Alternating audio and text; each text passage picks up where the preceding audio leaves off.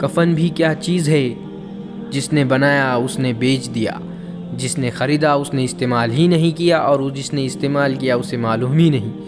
کسی کے گھر جاؤ تو اپنی آنکھوں کو قابو میں رکھو، اور جب اس کے گھر سے نکلو تو زبان کو قابو میں رکھو، تاکہ وہاں کی عزت اور راز دونوں محفوظ رہے۔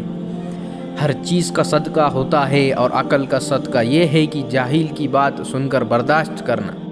جس چیز میں بے حیائی ہوتی ہے اسے عیب دار بنا دیتی ہے، اور جس چیز میں حیا ہوتی ہے اسے جنت بنا دیتی ہے۔ دونوں صورت یقین کی ہے، کوئی اللہ کے لیے سب چھوڑ دیتا ہے اور کوئی اللہ پہ ہی سب چھوڑ دیتا ہے۔ قرآن کہتا ہے مجھے یاد کرو گے تو حافظ بن جاؤ گے، مجھے سوار کر پڑھو گے تو قاری بن جاؤ گے، مجھے پڑھانے بیٹھو گے تو استاد بن جاؤ گے، میرا ترجمہ کرو گے تو عالم بن جاؤ گے، میری تشریح کرو گے تو مفسر بن جاؤ گے، میری تقریر کرو گے تو مبلغ بن جاؤ گے، میرا متبادل فیصلہ کرو گے تو قاضی بن جاؤ گے، اور مجھ پر عمل کرو گے تو ولی بن جاؤ گے۔ وہ بھی کیا دن تھے جب کسی کو اسٹیشن چھوڑنے جاتے تھے تو آنکھوں میں نم ہو جاتی تھی، اب تو قبرستان میں بھی ہنسی کی آوازیں گونجتی ہے۔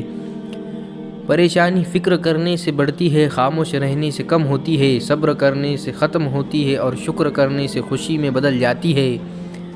انسان بچ سکتا ہے تکبر سے سلام کے ذریعے، مصیبت سے صدقے کے ذریعے، بیماری سے دعا کے ذریعے، اور غصے سے سن کے ذریعے۔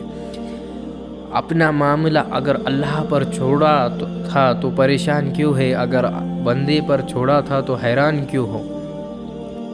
ایمان والوں کے لیے بہترین انشورنس صدقہ ہے، زندگی کے ساتھ بھی اور زندگی کے بعد بھی۔